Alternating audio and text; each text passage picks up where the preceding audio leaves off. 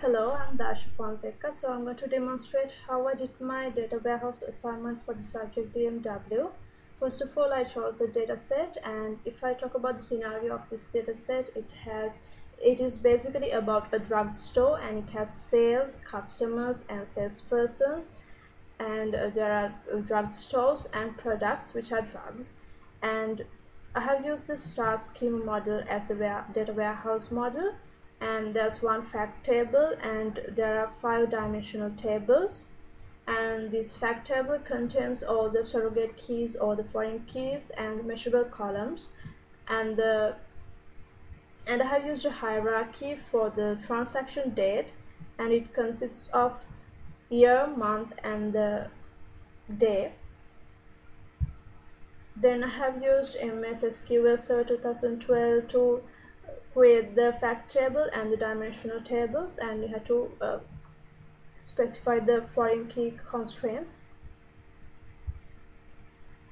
Then you need to have SQL Server data tools installed in your machine to do the SSIS, SSRS, and SS is a part of this project. First of all, we'll create a SSIS project. So for that, you have to go to Integration Services and select this feature, Integration Services Project, and give a name and click on OK. Then you have to go to Connection Managers and create a new connection manager. In this list, you have to select OLEDB, then add it. Then you have to configure the connection manager, go to New. Then you have to select your server name and select use Windows authentication, and you have to select the database where you created all your tables. Then you can see the data connection and the properties of the data connection.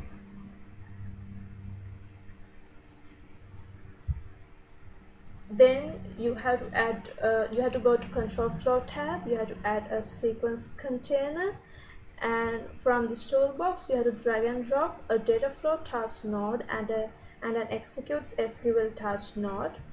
Then you have to connect them, and once you double click on the execute SQL task, you will see a window like this. In this place SQL statement, you have to enter your script, and you have to select this bypass prepare feature. You have to make it false because by default it's true. Then once you double click on the SQL statement, you will see a window like this. Then you have to copy paste your create table query like this. Here now I'm in this first of all, I'm talking about the dimension customer. So I have pasted the query where I create the dimension customer. Then you have to select OK. Then you have to pass the query. Then you will get a message saying the query has been passed correctly. Then you have to build the query.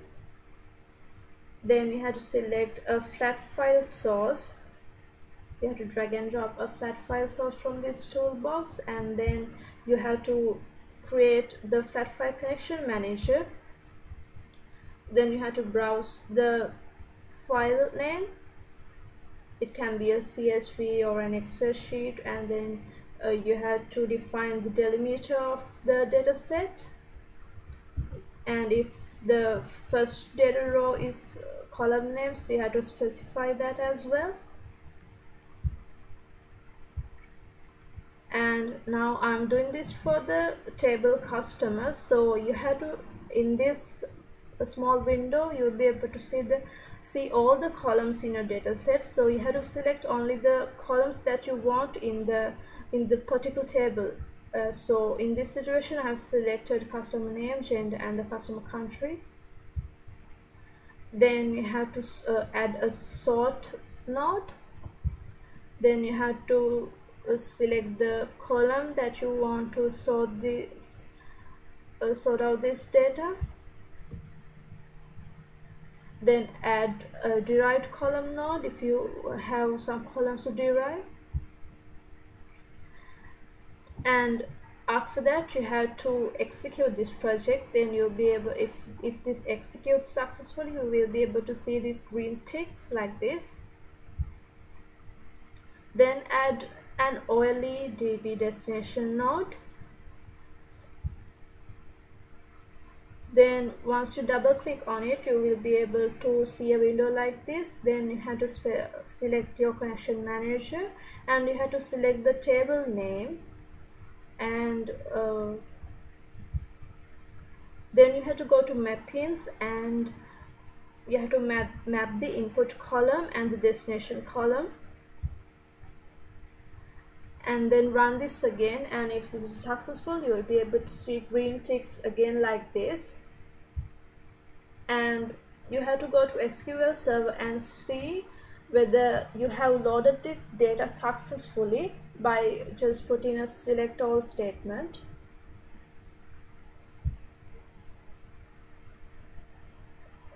Now I finish this task for the dimension customer, and there are 4 more dimensional tables. So you have to create 4 more packages from this SSIS packages, and you have to do this same procedure all over again.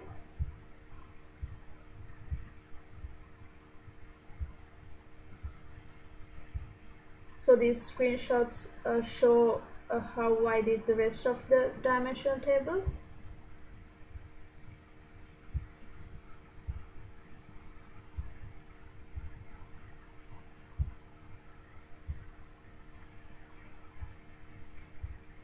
Then when you create the dimension date,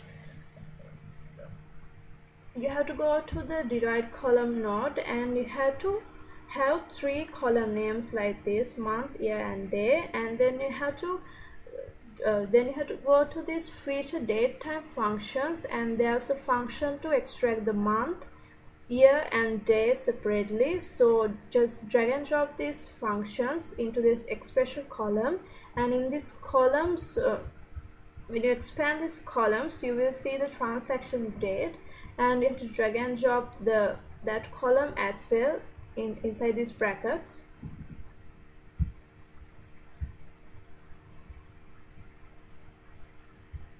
See, now here you can see that they have extracted the month, day, and the year of the date separately into columns like this.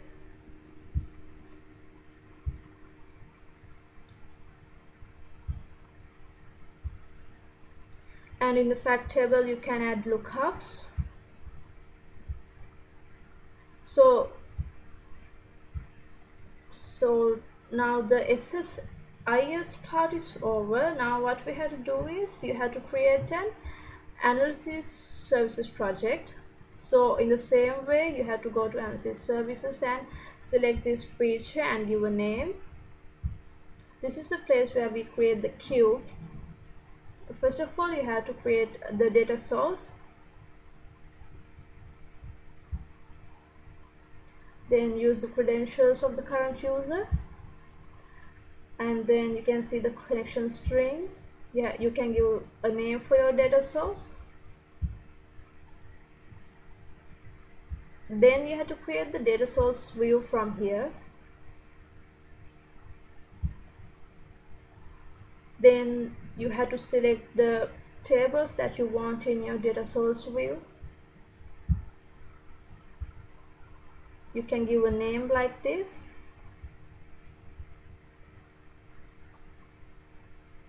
Once you finish this process, you will be able to see the star schema like this in the data source view.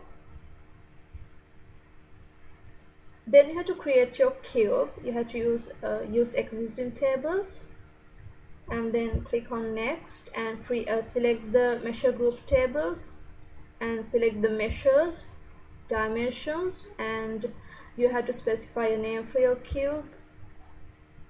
Then you have to deploy this cube. Go to the properties of your project and go to deployment, and select the server, the target, or the place where you want to deploy this project.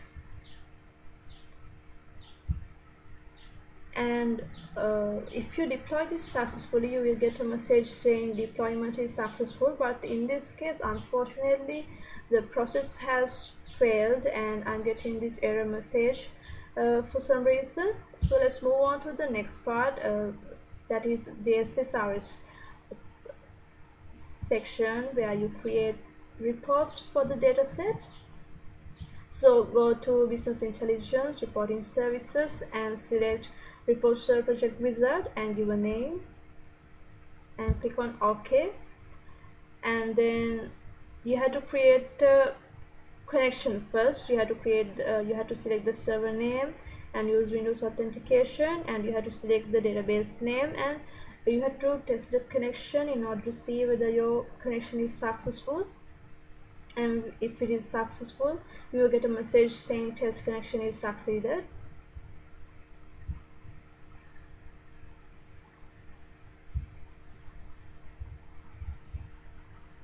Then you have to go to reports and you have to select the shared data source, and in this query designer window here you can see this icon. It says add table, then add a table, and you have to select the table from here. In this case I have selected this dim customer table, and then you will be able to see this screen, and you have to select the columns that you want in your report.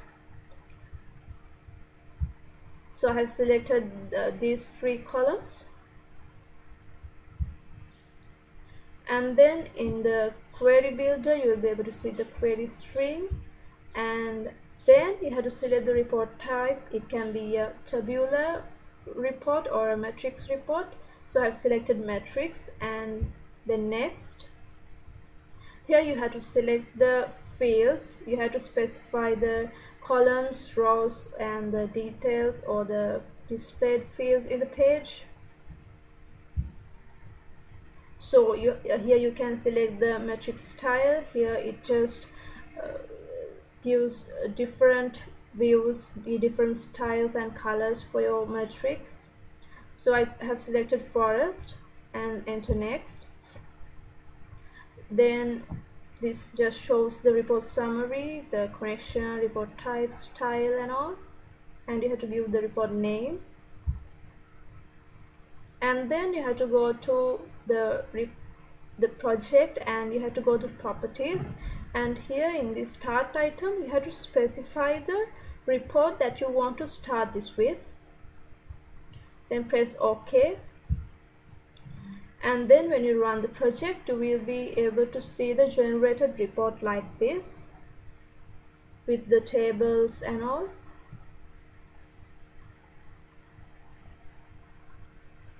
So that's all for my demonstration. Thank you very much.